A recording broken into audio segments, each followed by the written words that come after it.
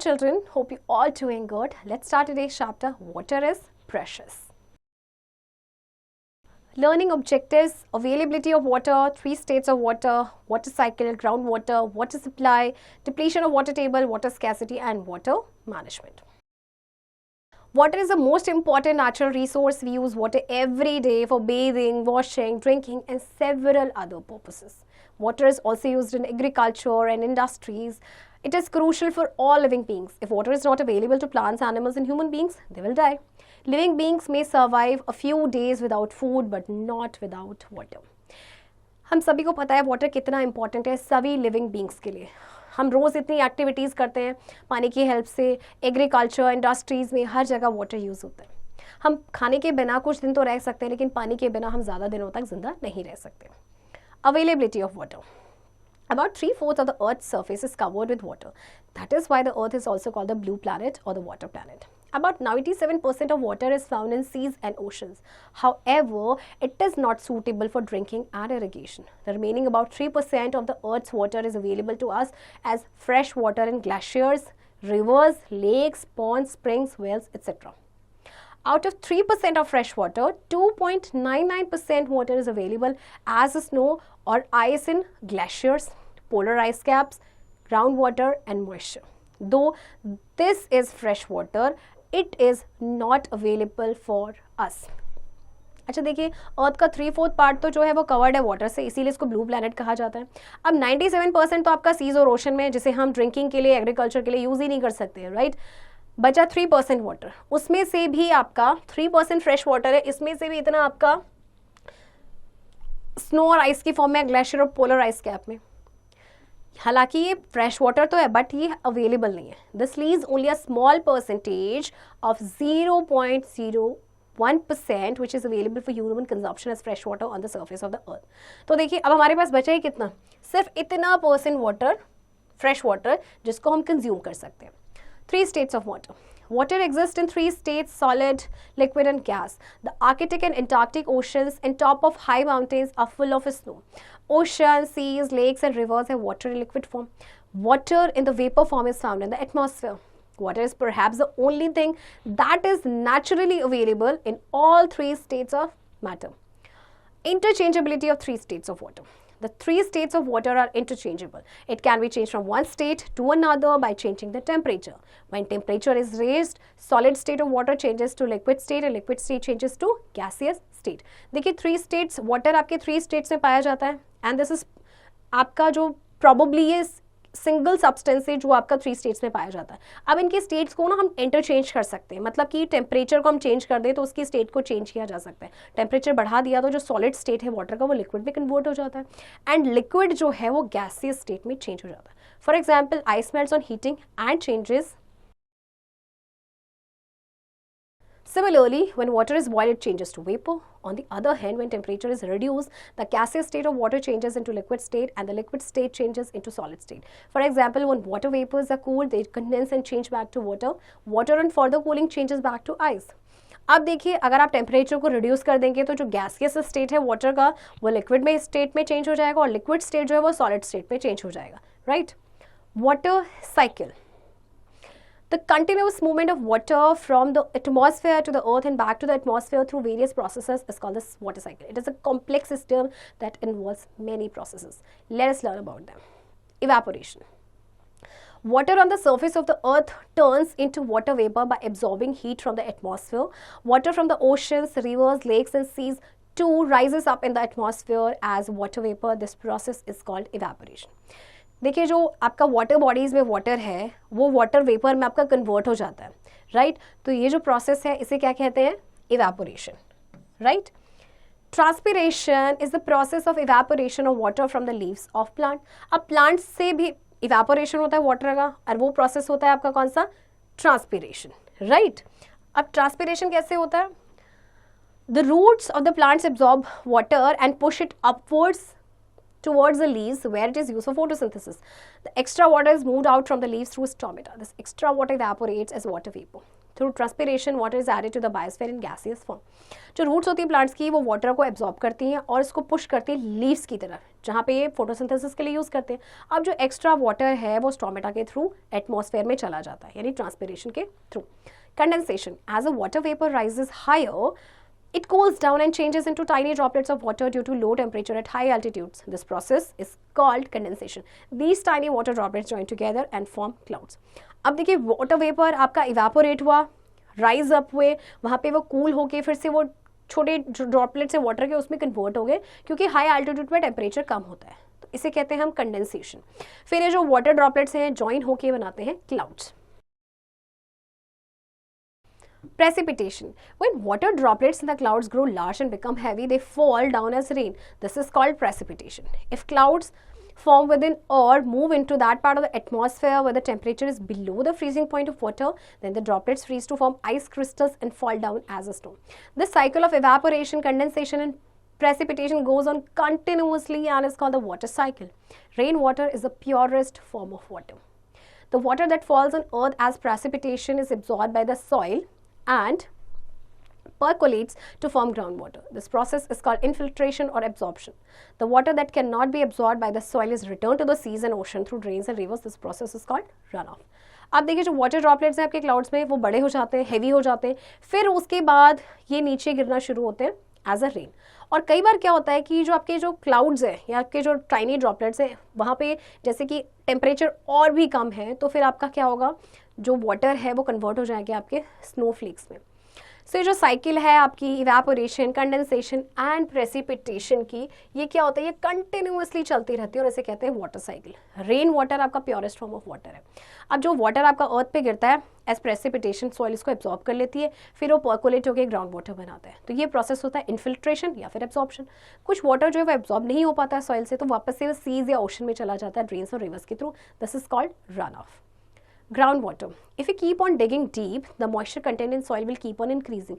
With continuous digging, we will reach a point where the entire space between soil particles is occupied by water with no space for air. The upper limit of this layer is called water table.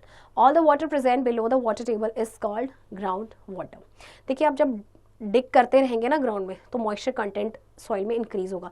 जब आप deep और जाएंगे तो एक point पे आप ऐसा आएंगे जहाँ पे क्या होगा कि वाटर से वो जो प्लेस है ऑक्यूपाइड होगा, वहाँ पे कोई स्पेस नहीं होगा एयर के लिए.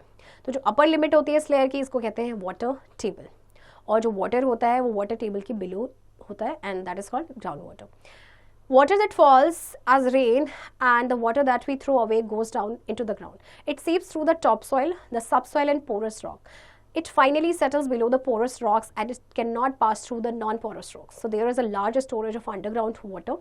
We draw out this underground water from tube wells and wells. Places that are dry have less underground water. The level of underground water in an area is called the water table. अच्छा, जब water गिरता है as a rain, फिर जो water है जो हम फेंक देते हैं वो ग्राउंड में चला जाता है. टॉप सॉइल से ये आपका सीप होता हुआ फिर सब सॉइल है, फिर पोरस रॉक, और फाइनली ये सेटल डाउन होता है आपके पोरस रॉक में, जहाँ पे ये पास नहीं हो पाता उन नॉन पोरस रॉक्स के थ्रू. तो हालांकि वहाँ पे आपके जो लार्ज स्टोरेज होता है अंडरग्राउंड वाटर, फिर इस अंडरग्राउंड वाटर को हम निकालते हैं ट्यूब वेल्स के थ्रू या वेल्स के through. Sometimes the water enters through cracks between layers of rocks and get trapped there. This trapped water reserve is called aquifer. The water can be drawn out of aquifer using tube wells and bore wells. Aquifers are recharged by rainwater seeping into the soil. कई बार जो water है ना वो cracks के through पहुंचता है rocks के layers के बीच में, वहाँ पे ट्रैप हो जाता है. तो ये जो ट्रैप्ड वाटर रिजर्व होता है दैट इज कॉल्ड एक्विफर, और इसको निकाला जाता है आपके ट्यूब वेल्स और बोर वेल्स के through. Water supply. We get water for different activities from the taps in our homes. Also, some of us may have tube wells, hand pumps and bore wells from which water is obtained. The bore wells, hand pumps and tube wells are used to bring up groundwater to the surface of earth. The water is supplied to our houses from nearby river, lake or pond. It is provided by the municipal water distribution system. Water is collected from lakes, rivers and ponds. The municipality cleans and purifies water from these sources in water treatment plants. This water is stored in overhead tanks and transported to houses through a network of underground pipelines. Water gets stored in the tanks kept on the rooftops of our houses. From these tanks, water runs through inlet pipes and reaches the kitchens, bathrooms and toilets through taps. This is how we get water. देखिए हमें water different activities के लिए चाहिए होता है, वो taps से आता है हमारे घरों में, और कुछ हम लोग के कुछ ऐसे होते हैं कुछ लोगों के घरों में ट्यूबवेल्स, हैंडपम्प्स या बोरवेल्स होते हैं जहाँ से कि पानी को ऑब्टेन किया जाता है। वाटर सप्लाई किया जाता है हमारे घरों में नियर बाय रिवर्स, लैंड या लेक या फिर पॉइंट से, और ये म्यूनिसिपल वाटर डिस्ट्रीब्यूशन सिस्टम जो है वो प्रोवाइड करते हैं। वाटर को लेक्स कलेक्ट किया जाता है, लेक, रिवर या पॉइंट से, फिर जो म्यूनिसिपैलिटी है वो क्लीन करती है वाटर को, प्योरीफाई करती है इन सोर्सेज से वाटर ट्रीटमेंट प्लांट्स में, फिर इसको ओवरहेड टैंक्स में स्टोर किया जाता है, फिर हमारे घरों के में ये पास होता है, यानी ट्रांसपोर्ट होता है, एक नेटवर्क ऑफ अंडरग्राउंड पाइपलाइंस होते हैं। फिर वाटर जो है टैंक्स में स्टोर होता है जो हमारे घरों के रूफ टॉप पे होते हैं।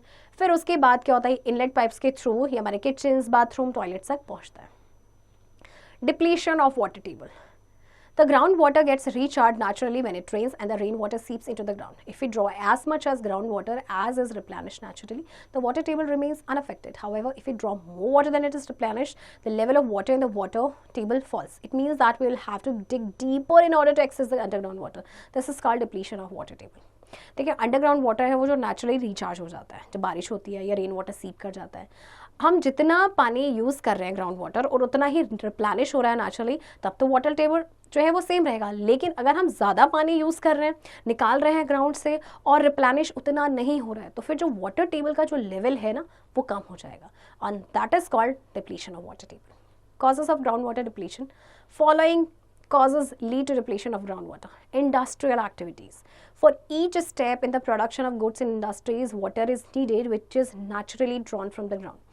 Due to increase in the number of industries to meet the demands of the population, much more groundwater is being drawn, thus lowering the water table. अब देखिए, इंडस्ट्रियल एक्टिविटीज़ काफ़ी बढ़ गई हैं, उसमें उसके लिए वाटर की ज़रूरत होती है बहुत ज़्यादा, है ना, जिसको नेचुरली ड्रॉ किया जाता है ग्राउंड से। क्योंकि इंडस्ट्रीज़ बढ़ रही है, पॉपुलेशन बढ़ रही है, तो उनकी डिमांड भी पूरी कर रही है, तो इंडस्ट्रीज़ को ज़्यादा से ज़्यादा पानी चाहिए, वो ज़्यादा से ज़्यादा ग्राउंड वाटर को ड्रॉ कर रहे हैं, जिसकी वजह से वाटर टेबल लो हो रहा है। Increase in population. Increase in population creates a demand for construction of new houses, roads, offices and markets, which leads to an increase in the consumption of groundwater, resulting in the depletion of the water table. Large areas of forest land are cut down to meet the increasing demand.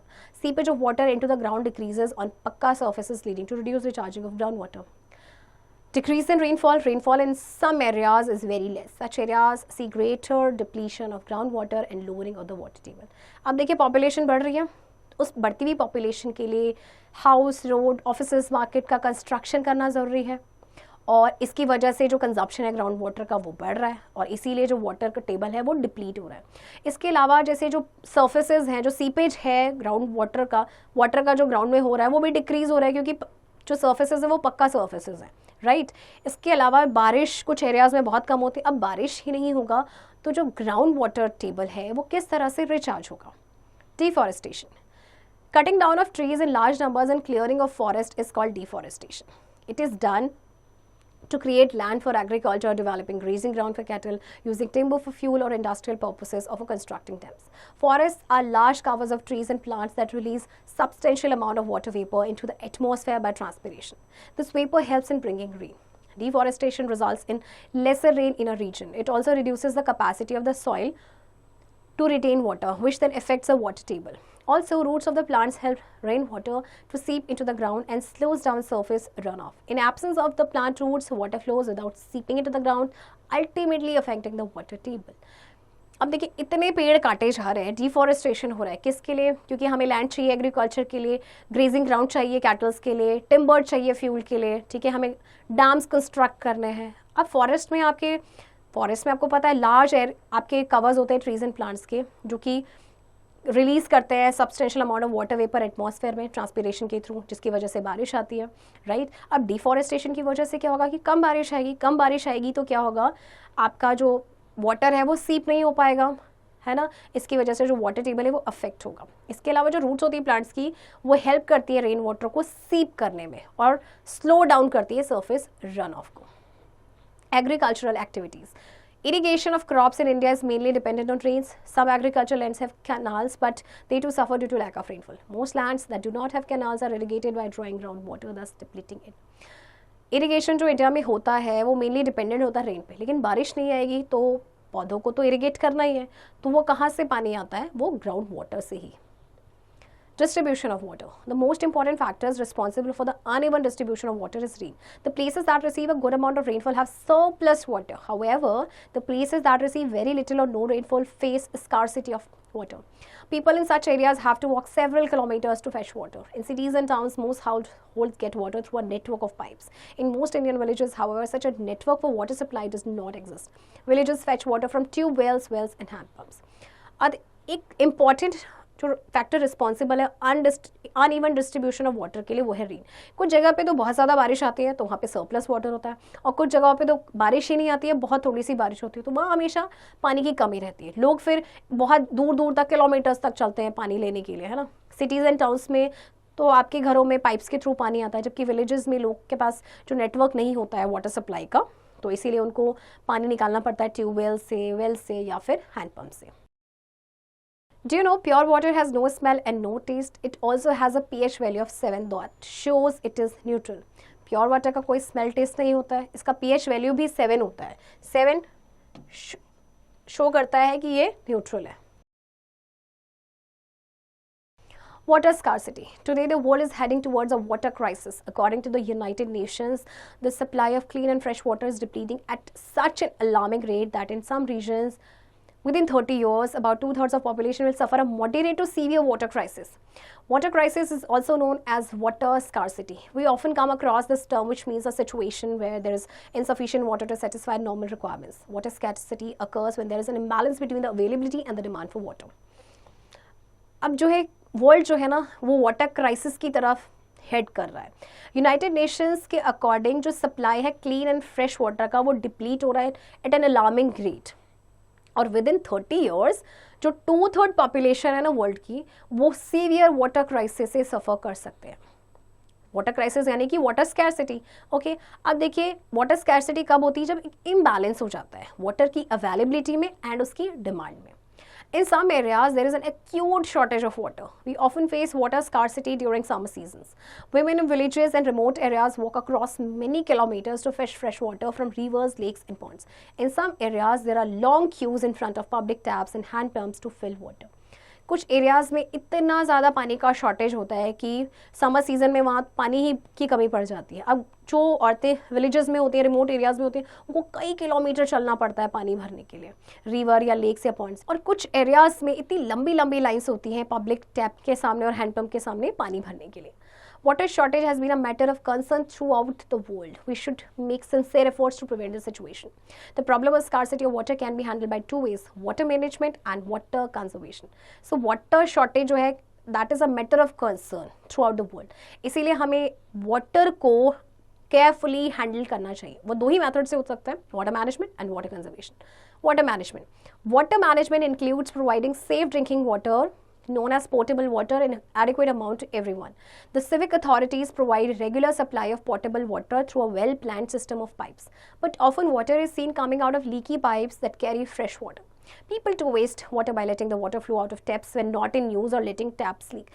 Therefore, it becomes important that steps should be taken to manage this precious resource. Some steps that can be taken for management of water have been discussed below. Water management में आपका क्या include करता है कि safe drinking water को provide करना adequate amount में हर किसी को, राइट. देखिए जो सिविक अथॉरिटीज़ है वो रेगुलर सप्लाई तो प्रोवाइड करती है पोर्टेबल वाटर की, बट लोग जो है काफ़ी ज़्यादा इसको वेस्ट करते हैं. कई बार लीकी पाइप्स होते हैं जिसमें से बहुत ज़्यादा पानी वेस्ट हो जाता है, राइट. तो कुछ स्टेप्स हैं जो हम ले सकते हैं. Number 1 is rain water harvesting. Rainwater harvesting is the process of collecting and storing rainwater for later use. This helps in 2 ways. Firstly, it reduces the pressure on use of groundwater for domestic needs. Secondly, slowly the rainwater can seep into ground, thereby increasing the water table. The rainwater is harvested by collecting rainwater in large storage tank on rooftop.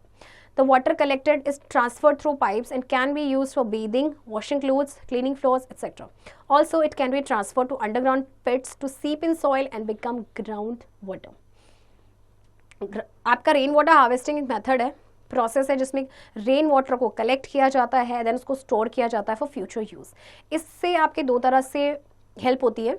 जैसे कि सबसे पहले तो ये ground water पे जो pressure पड़ रहा है उसको रिड्यूस करता है. ओके, सेकेंडली स्लोली जो रेन वाटर है वो ग्राउंड वाटर में सीप हो जाता है, जिससे कि वाटर टेबल जो है वो आपका इंक्रीज हो जाता है. रेन वाटर को हार्वेस्ट किया जा सकता है अगर हम रेन वाटर को कलेक्ट करें लार्ज स्टोरेज टैंक में जो हमारे रूफ टॉप पे हो।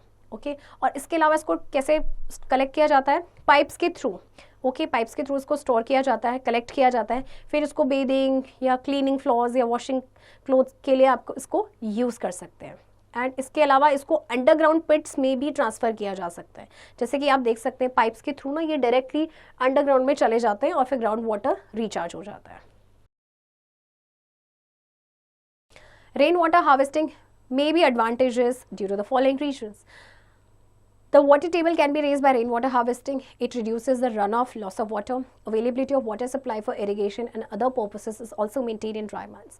It reduces flood and topsoil erosion. It reduces on other modes of water supply. It increases the availability of clean water. तो इसके फ़ायदे क्या हैं? सबसे पहले वाटर टेबल रेज हो जाता है, रन ऑफ को रिड्यूस करता है, वाटर की जो अवेलेबिलिटी है मतलब इरिगेशन के लिए या दूसरे पर्पसेस के लिए वो मेंटेन रहती है ड्राई मंथ्स में भी, फ्लड को रिड्यूस करता है, टॉप सॉइल इरोजन को रिड्यूस करता है और ये जो दूसरे मोड्स ऑफ वाटर सप्लाई उसे रिड्यूस करता है और इससे जो क्लीन वाटर की अवेलेबिलिटी है वो इंक्रीज हो जाती है। कंस्ट्रक्शन ऑफ बावरीज और बावलीज. This is a traditional method of storing water. In earlier days, deep step wells were made in large area. These step wells were called bawri or bawli. During rains, the water got filled in these bawaris or bawlis. People of the region could use water from these during shortage of water. Seeing the importance of the storage method, the technique is being modernized and again implemented in many parts of the country. The states like Gujarat and Rajasthan have already started adopting this technique in regions suffering from extreme shortage of water.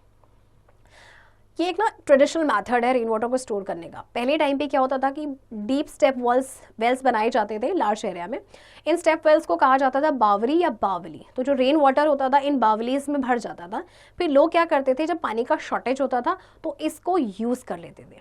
अब ये जो technique है ना ये modernised हो गई और फिर से इसको इम्प्लीमेंट किया जा रहा है बहुत सारे कंट्रीज़ में। तो जैसे बहुत सारे पार्ट्स हैं कंट्रीज़ के, जैसे ये गुजरात एंड राजस्थान में ये टेक्निक फिर से अडॉप्ट कर ली गई है। Drip irrigation. Drip irrigation is a method by which water is delivered to the base of the plants with the help of tubes. The water is made available in the form of drops so that the roots can easily absorb it and there is no wastage of water. Drip irrigation बहुत ही effective method है क्योंकि इसमें plants को water किया जाता है, irrigate किया जाता है ड्रॉप बाय ड्रॉप और इसमें पानी का वेस्टेज भी नहीं होता है। Construction of dams. An artificial wall built across a river which allows the water to collect behind it in a reservoir known as a dam. A system of artificial canals channelize water from the reservoir to the region downstream for irrigation. The dam prevents flood, provide water for irrigation, industries, solve drinking water problems, especially during summer seasons, generate electricity. एक artificial wall को build किया जाता है across a river जो कि allow करता है water को कलेक्ट करने में बिहाइंड उसके, तो ये रिजर्वियर में जिसको कहा जाता है डैम। अब जो डैम है ना ये फ्लड को प्रिवेंट करता है, वाटर प्रोवाइड करता है इरिगेशन के लिए, इंडस्ट्रीज़ के लिए, वाटर की प्रॉब्लम को सॉल्व करता है स्पेशली समर सीजन्स में, और इलेक्ट्रिसिटी भी जनरेट होती है। Effect of water scarcity on plants. Water is essential for plants to prepare food and grow. They are the primary producers in the food chain and the ultimate source of oxygen for life to survive. The absence of plants will eventually lead to the end of all life on earth. Water देखिए plants के लिए बहुत ही essential है क्योंकि वो खाना बनाते हैं और आपको पता है जितने भी लिविंग ऑर्गेनिज्म है वो डायरेक्टली और इनडायरेक्टली प्लांट्स पे डिपेंडेंट होते हैं। तो अगर प्लांट्स नहीं होंगे तो इवेंचुअली जितनी भी लाइफ है अर्थ में वो खत्म हो जाएगी। Learning outcomes. Water is a basic necessity of life. Water is needed for various activities and body processes. Water is naturally available in all three states of water.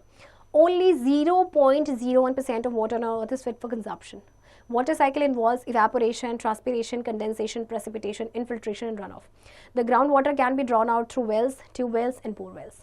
There has been a rapid depletion of water table due to various reasons like overpopulation, industrialization, deforestation, etc. The problem of scarcity of water can be handled by water management and water conservation. Children, I hope आपको ये chapter समझ आया होगा। आने chapter की practice अब आप खुद से करेंगे।